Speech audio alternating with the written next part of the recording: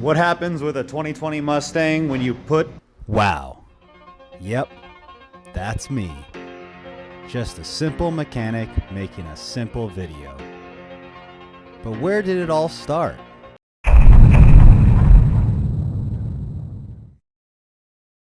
Who knew doubling the power and driving hard would destroy the trans? Good old my 82. When you put money in everything but the transmission, lol. Man, imagine putting 1,000 horsepower in a car and then blaming your stock transmission for blowing up. Those were my young days. Building a monster engine, then hoping my stock transmission holds up. Bet the owner will go forums and Facebook groups and say shit like, I've ran my stock trans on XPSI with no problem. I like how he blames the trans for his mistakes of doubling the HP capabilities of it in the first place. What did you think was going to happen? I feel like that's your fault for putting too much power into the engine and no thought into the actual transmission. You know, the thing that converts the power from the engine into your drive shaft and then the wheels. Damn, a dumbass like you doesn't deserve this car, on God. I don't know. So anyways, I'm making this video as a follow-up to my previous Mustang video, which seems to have blown up in comparison to my other videos, which is quite surprising. It was literally a video I uploaded to catch on the whole shorts hack, the life hack for YouTube. That's all I did. It literally took me 30 seconds from making the video to uploading it. There was zero effort in that video. I just wanted to show that my transmission was broke. So I'm gonna respond to some of the, well, most of the hate, because that's pretty much everything that's coming through with the comments.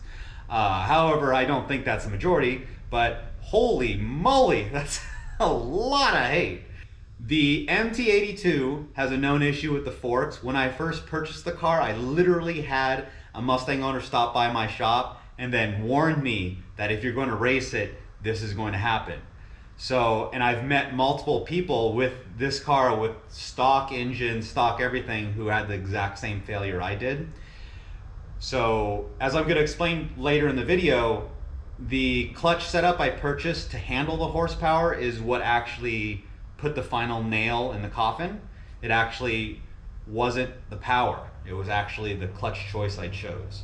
But the forks had broken, which is a very common failure. They're a very weak cast, and it is true the Get Rag gearbox is actually a made in China one. It's actually not made in Germany, even though the company is Germany. And what frustrates me about everything, which was kind of my frustration through the video, was I do a lot of Supras, and the V160 Get Rag 6-speed is considered to be the most powerful 6-speed ever made. There are guys making 2,500 horsepower launching their Supras, and that gearbox will just hold. When I got told that this is a Get Rag, I figured it should be able to hold it. And then the other half of it was the other half of the comments I should respond, because they're saying that, well, what did you expect to happen with a stock transmission? I'm sure all of you did not watch my previous video. I even said in that video that that was a weak point of the car and it was going to break soon. That was literally a week before it failed. So I knew about this, and I have other cars, so when it broke, it wasn't the end of the world, and I actually had a budget for it. I was going to do a T56 Magnum swap, which faceplated Magnum from Grana's Racing, because they're currently the world record for the fastest stick shift H pattern in the whole world. So they have that record. And they use a T56 Magnum faceplated, and that's actually what I was going to get. Not because I was going to drag rate it, just because I wanted to be able to be confident with it. So when I went to go purchase the swap kit, the company that makes a swap kit for my car told me about the differences. So this vehicle has rev matching, so when you put it into like from 5th to 3rd, the car will blip the RPMs and rev match like what Nissans have in other vehicles.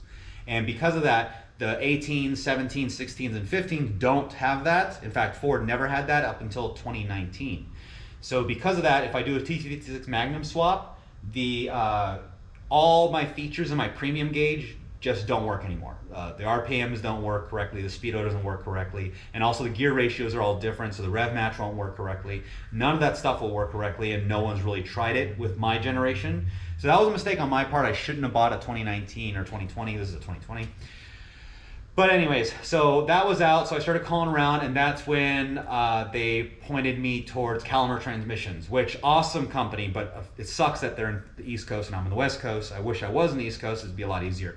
So when I called him, he correctly guessed it right away why it failed, or how it failed, I should say. And that was because of my clutch choice. He knew before I was able to explain to him what happened. I just told him how much power I was making, and he goes, "Let me guess, you're running a McLeod RXT." And I was like, I guess you've seen this like a bunch of times. So what I wanted was a stage 3, which was the fully built gear set, but that will not be available for my transmission till probably till next year at this point. So I sent my transmission up to them. My transmission currently, it's not in the car right now. It's actually at their shop, and they're waiting on parts because I'm the first late model Mustang owner to be built there. They're aware of it. I'm just the first one making this much horsepower with a brand new car. So responding to all that, basically I just wanted to say I knew this was going to happen. The video was just uploaded so I could get traction, which it worked. So, and then the other thing is there was no preparing for this. Another thing I should mention, purchasing a new transmission was like $4,500 because Ford wants a core charge for a brand new transmission, which is kind of weird. And I did end up finding the used one, but I just found the used one. There's only one in the United States of America that'll work for my car. But remember, only 19 and 20s have rev match. So I can only use a gearbox out of a 19 and 20. The other ones will bolt up, but as I said, this is a premium model. That gauge cluster you saw in the previous video, none of the things will work on it anymore. And I'll have a million codes. And this is still my daily driver. And then let me also say this. I'm not a big Ford fan. Sorry to some of you who may be Ford fans who did subscribe. I'm not a huge Ford fan, so I get why a lot of the hate comments are about it being a shitty Ford. I haven't had the greatest experience with Ford in the past, nor am I continuing to have the greatest experience. However, it's a fun car. And unfortunately, Japan no longer wants to make pony cars, is what I like to call it. And this is the original pony car, so. Well, anyways, let me show you what I bought and what else I'm going to install in this car before the end of this week. And we'll go from there. So here's a little bit of an update of what we're doing to the car right now.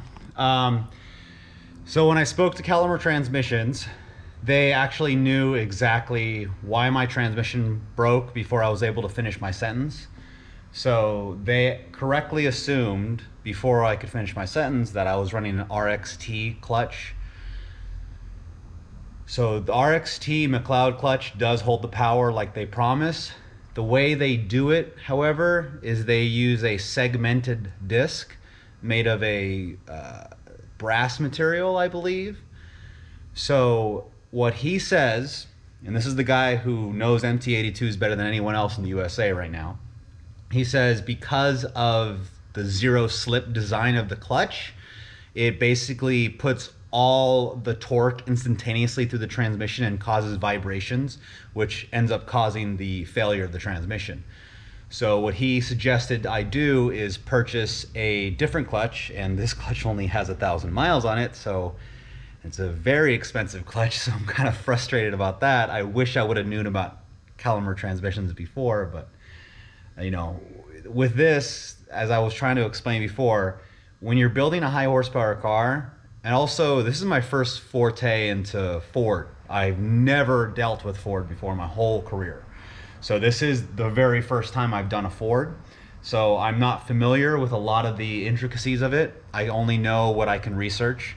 Everyone says RXT was the way to go, so that's what I did. However, the main problem with that is most people are daily driving these. So this car is designed for track racing, road racing in particular. Most Mustang owners will be doing drag racing. So I purchased a bunch of things. So the first round in Las Vegas is going to be the Las Vegas Speedway, and it's this coming weekend, the 20th. Calimer isn't going to get my transmission done in enough time. It's in Pennsylvania, so even if they finish it by Tuesday like we spoke about last time, shipping takes 5 days unless I pay like $2,000 for shipping. I'm not going to do that. So I bought another one. That one's going to be here on Tuesday. But basically, because I run a business fixing cars, I didn't have a whole lot of time to work on my own car, so now I have exactly 5 days to put all this stuff in. So what we have here is OS Geekin 1.5 way. I'm sure none of you watched the video before, but I was explaining the car was fishtailing quite a lot. So this will correct the fishtailing and make the rear end a lot more predictable.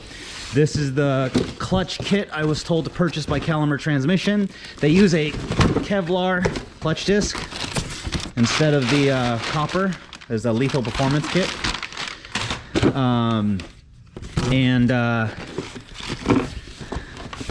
So let's see if we can show you that. So I like the way it looks. But basically they have a full, I don't know if you can see right there, but that's a full face twin clutch plate. While the McLeod one is not a full face, it has a little segmented. I'll post a picture of it right now. You can see that, and then you can see the lethal performance. And the difference between those two is what actually lessens the instantaneous torque through the transmission. Yes, we're going to be running a lot of torque through the transmission, but what damages metal parts is instantaneous torques. This is supposed to allow a little bit of slip while still being able to hold the horsepower. The other thing we're doing is braided brake lines before the race day. Harness bar, because I'm not putting a cage in my daily driver. So this company has Braum, has an amazing harness bar that requires zero modification to the interior of the car. I'm going to be putting my Sparco seat out of my 240SX. I've got a track car 240SX I have, so I'm just putting that in there. I'm waiting for a seat rail from Vorschlag, which I pray to God gets here in enough time, because the seat bracket, it allows me to run the harness through the seat bracket, because otherwise I'd have to cut holes in the floor to accommodate the anchor points for my 6-point harness, and I don't want to cut any holes in the chassis whatsoever. So hopefully that gets here in enough time, because I'm going to need that for racing. It's not required in my class, but it is something nice. We'll find out very soon about Hawk. So I believe I'm sponsored by them right now. Just so you guys understand, the whole process of sponsorship is really really interesting. I didn't really ask or request any sponsorship. I just got it. So I'm not sure. I haven't signed any paperwork yet, so we don't know if it's going in, but we'll find out soon. So with the brake upgrade I'm doing, I would like to actually upgrade the calipers in the back, because they run a single piston style, which the brake is very uneven for road racing, which is why the Shelby runs a 4-pot rear and 6-pot front. You need kind of a neutral braking force, while this car has a very like 90-10 distribution.